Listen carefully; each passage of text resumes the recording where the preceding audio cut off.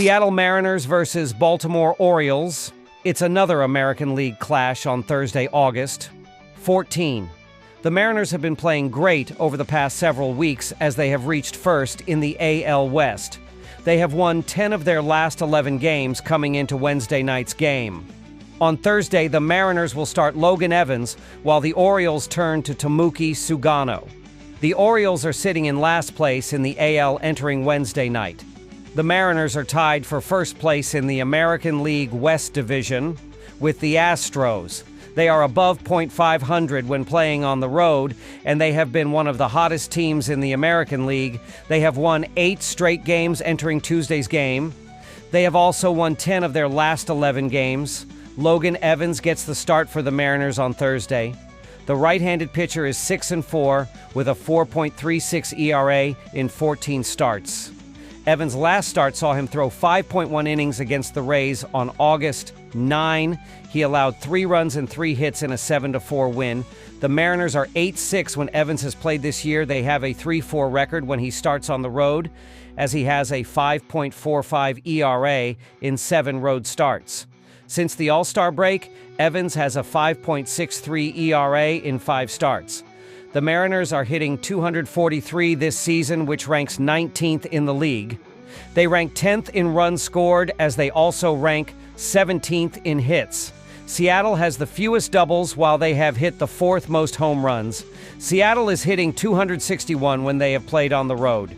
They have struggled in the second half of the season with a .214 batting average. They are hitting .223 against American League East teams. Baltimore is in last place in the American League East Division. They are over 15 games back of Toronto, who leads the division. The Orioles are one of a few American League teams that have a below .500 average home record. Entering Tuesday's game, the Orioles have lost 8 of their last 11 games. On Thursday, Tomoki Sugano gets the start for the Orioles. The right-handed pitcher is 9-5 with a 4.24 ERA in 22 starts. His last appearance saw him throw 7 innings against the Athletics on August 8. He allowed 5 hits and 1 run as Baltimore earned a 3-2 win.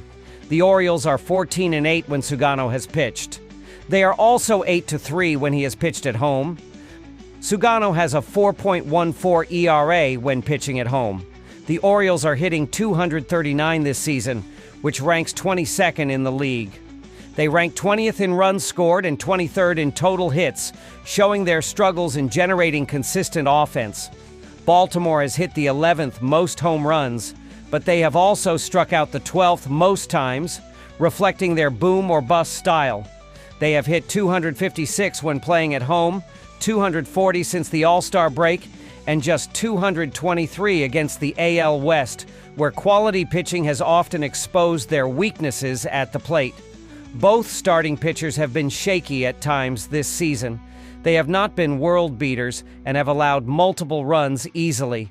Logan Evans has a 5.63 road ERA, while Tomoki Sugano has a 4.24 total ERA this year.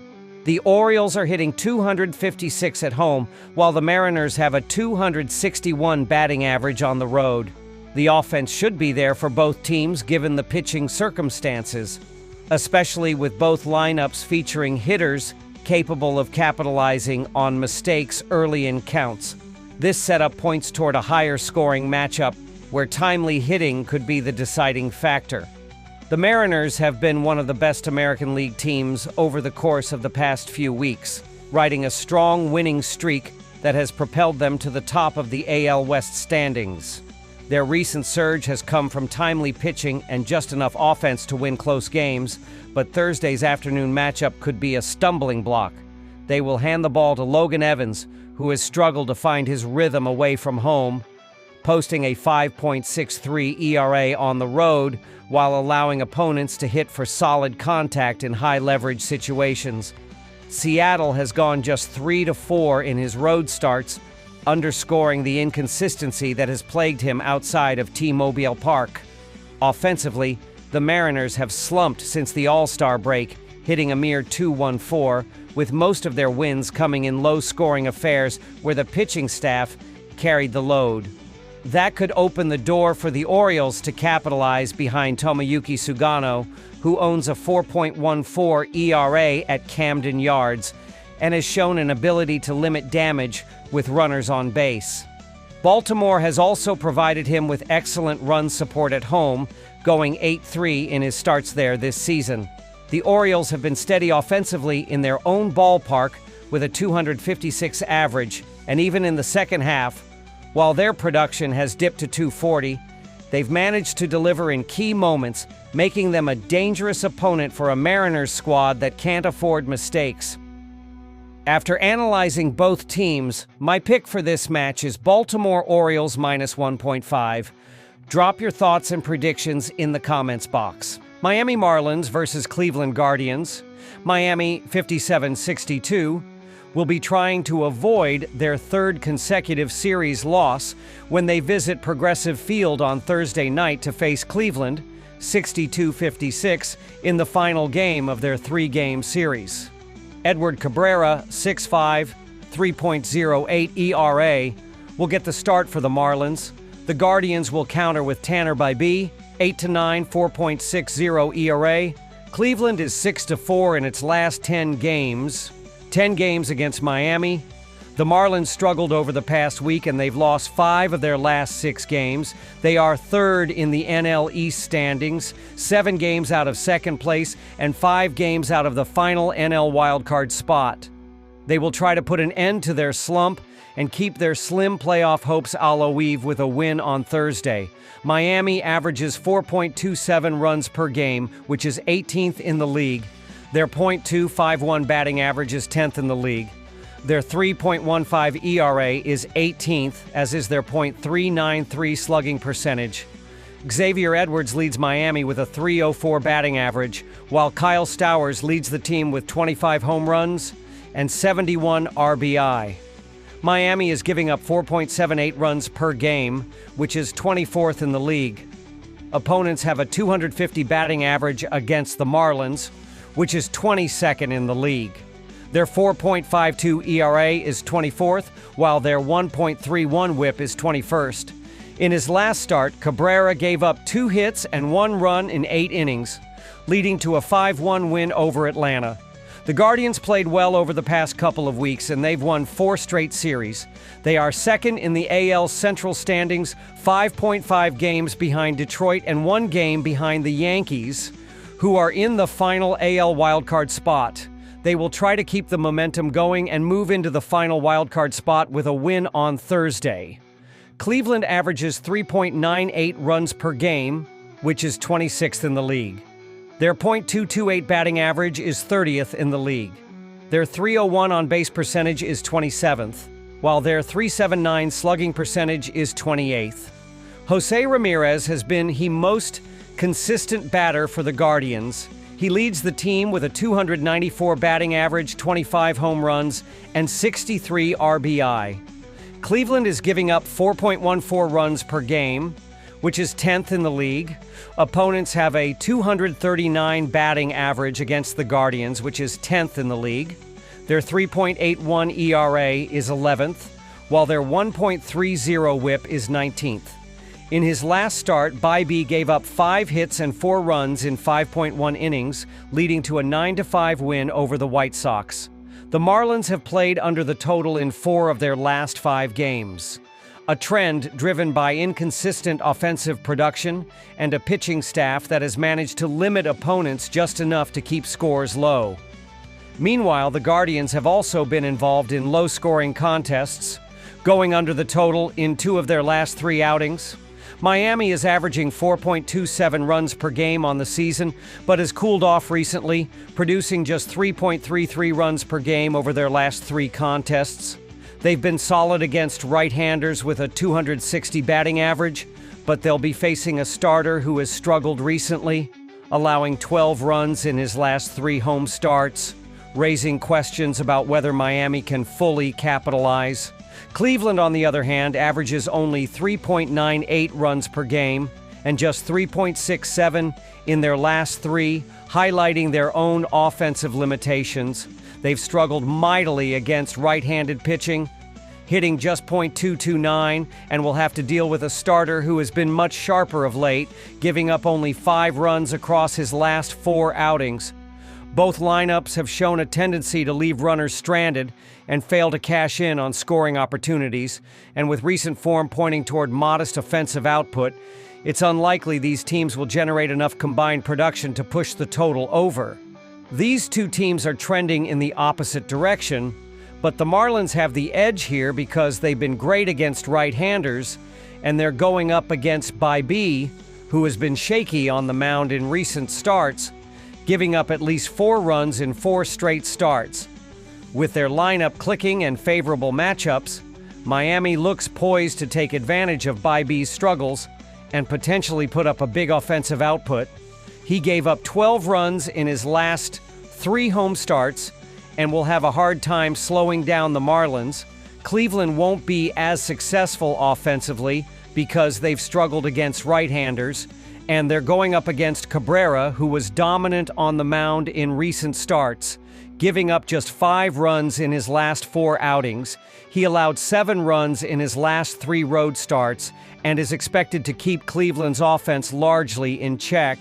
Cabrera's ability to locate his pitches and limit hard contact will make it difficult for the hitters to get comfortable, forcing them to expand the strike zone and take risky swings that could lead to quick outs. After analyzing both teams, my pick for this match is Miami Marlins ML. Drop your thoughts and predictions in the comments box. The Atlanta Braves versus New York Mets. Bitter rivals clash in the National League. Atlanta, 51-68 4th in NL East, will have RHP Bryce Elder, 4.9, 6.12 ERA as their starting pitcher. New York, 64-55 2nd in NL East, have RHP Kodai Senga, 7.4, 2.30 ERA. While the Braves haven't had a whole lot to boast about, they were on a 4-1 run before the Mets smacked back to reality in Tuesday's matchup. Their offense scored 61 runs and hit just .235 over the past 2 weeks. This season, they were 11th in the National League with a .242 team batting average, and their 504 runs were 12th in the league. The team's pitching staff had a 4.29 ERA, 1.29 WHIP, and .242 opponents' batting average over 119 games. Atlanta's relievers have earned 20 wins with a league-low 19 saves, and their 4.08 ERA is 8th among NL bullpens.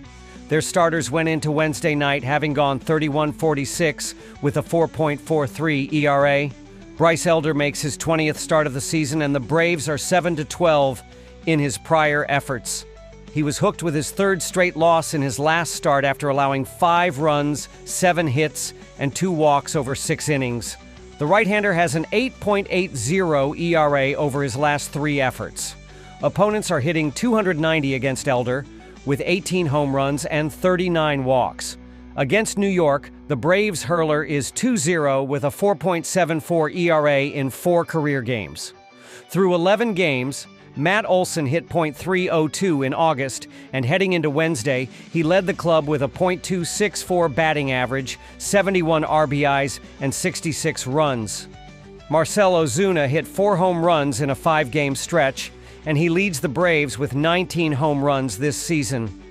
Ronald Acuna Jr., sidelined since July 30th with a calf injury, went through a full working on Tuesday, and manager Brett Snicker said he won't need a rehab assignment before being activated. Austin Riley, who hit the 10-day IL with an abdomen strain on August 3rd, still felt discomfort while throwing the ball this week.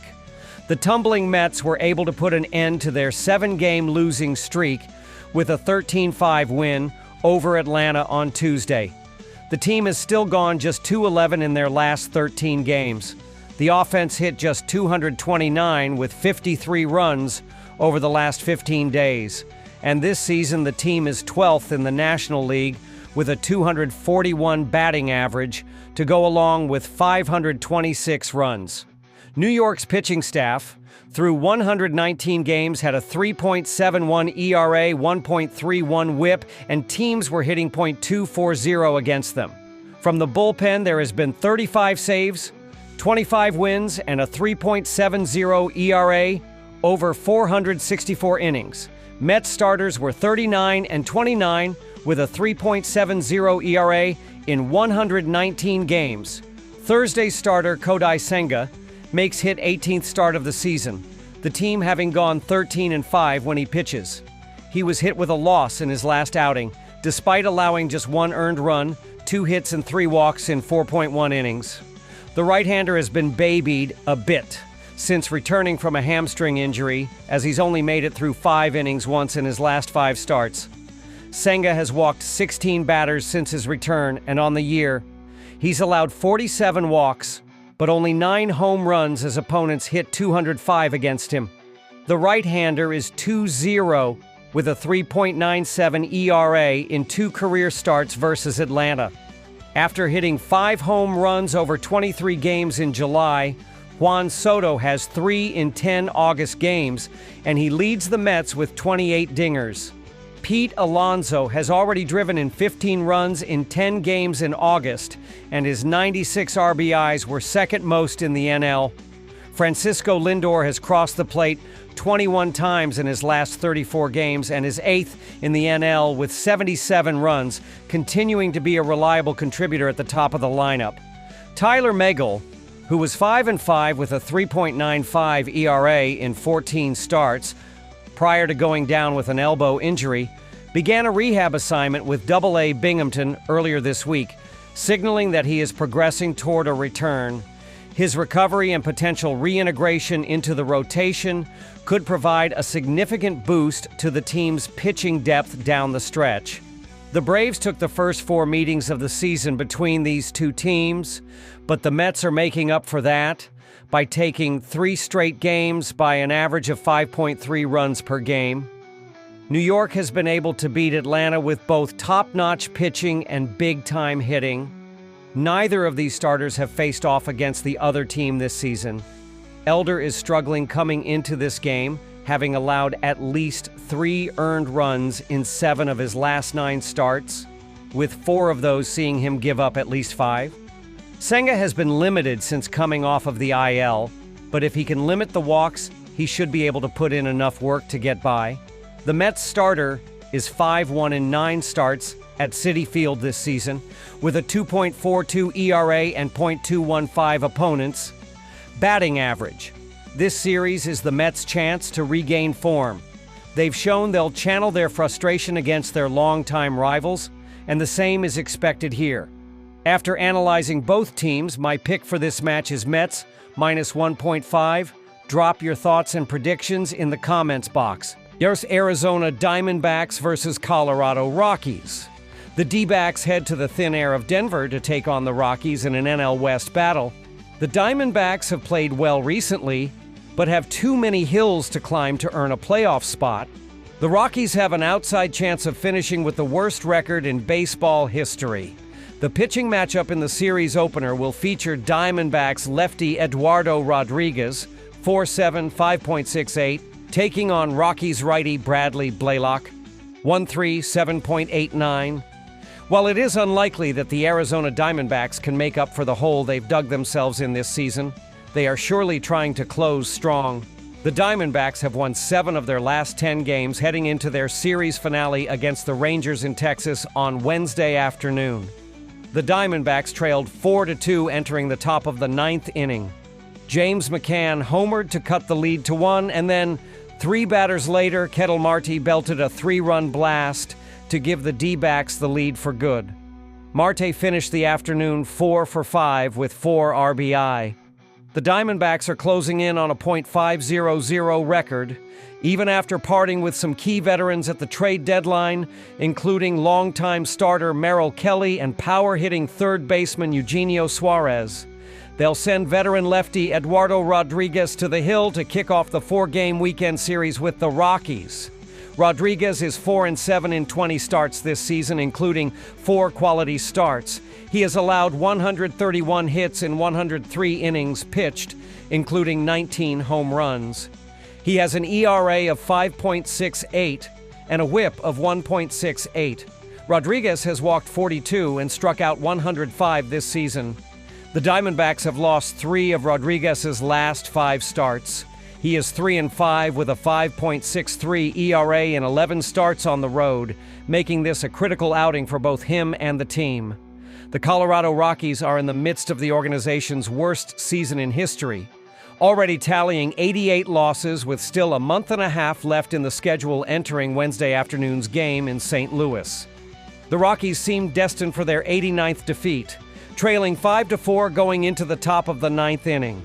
However, pinch hitter Hunter Goodman emerged as the unlikely hero, launching a dramatic two-run homer to give Colorado the lead for good and salvage the game.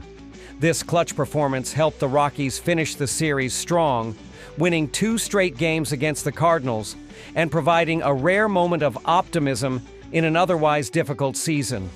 The Rockies finally ended an 8-game skid by taking the final 2 games of their series against the Cardinals, giving them a brief boost of confidence heading into this weekend's series against the Diamondbacks.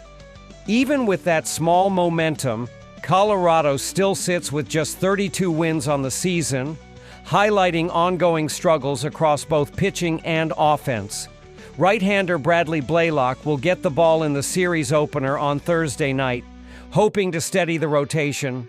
Blaylock is 1-3 in 10 starts this season, sporting a 7.89 ERA and a 1.71 whip, with 60 hits allowed in 43.1 innings, including 9 home runs surrendered. He has issued 14 walks and struck out just 22 batters, showing control issues and limited dominance. The Rockies have dropped 3 of his last 5 starts overall, and he has struggled particularly on the road, going 1-3 with an alarming 11.76 ERA in 5 road starts. Given these numbers, the Rockies will need both timely hitting and bullpen support if they hope to overcome Blaylock's ongoing inconsistencies. This could be the type of game that keeps the scoreboard operator at Coors Field busy from start to finish. The Diamondbacks will send Rodrigue to the mound, a starter who has struggled this season, carrying a 5.68 ERA, allowing 131 hits in just 103 innings, and surrendering 19 home runs already.